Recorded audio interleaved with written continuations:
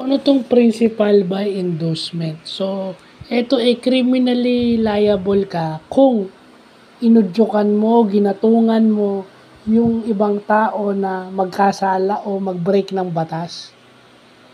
So, halimbawa, pag sinabi mong nakawan mo nga, patayin mo nga, ganyan, yung mga gatong, sapakin mo nga, yeah. So, yun yung principal by inducement. So, liable ka rin doon under the Revised Penal Code, Article 17. Kasi sinasabi, hindi naman ako yung nanakit, hindi naman ako yung pumatay, hindi naman ako yung nagnakaw. Pero kung ikaw yung gatong, liable ka pa rin. Kasi in-induce mo, kumbaga inudyukan mo. So, paano ko nasabi yun? Kung naalala niyo yung comment ni Erwin Tulfo, ni Senator Erwin Tulfo, sinasabi nila na you have to break the law to please the people. Well, nung una sa tingin ko tama yun, pero ngayong nalaman ko tong inducement, oo nga, diba, mali nga. Kasi, when you're a senator and you're making laws, hindi mo pwede sasabihin na i-violate yung ginawa mong batas because you're making laws para maging organized ang mga tao.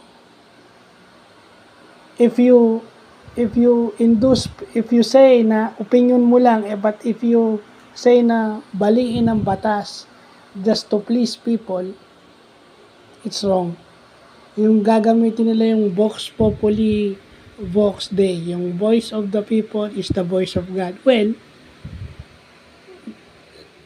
God Himself has laws, 10 Commandments.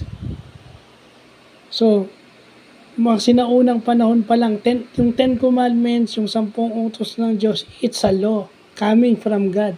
It's a divine law. So, yun, babawiin mo pa. Yun, i-break mo para lang ma-please yung ibang tao, no? I don't think yung voice ng mga tao is voice of God kapag ka sinabi na baliin ang batas, no? Ang hirap kasi sa atin, pag tayo ay nagiging senador, ang gusto lang natin tumulong. Pero dapat, pag tayo papasok ng senador o congressman, may background talaga tayo sa public administration or sa law. Mag-aral tayo ng Bachelor of Laws o mag-aral tayo ng Bachelor Public Administration or Masters in Public Administration. Hindi tayo pwedeng magsesenador ka tapos ang kurso mo journalism. Parang mismatch.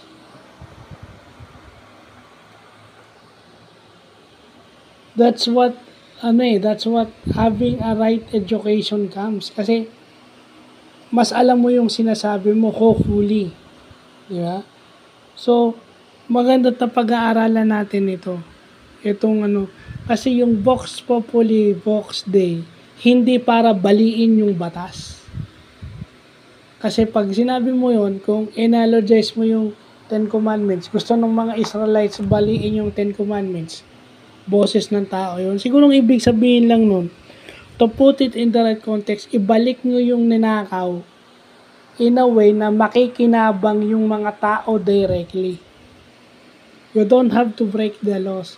Just implement something na makikinabang directly yung mga tao at ayusin yung mga flood control projects, kalsada, hospital. So maganda't na pag-aaralan natin ng principle by inducement. Malaking sa atin yan. So, yun lang po.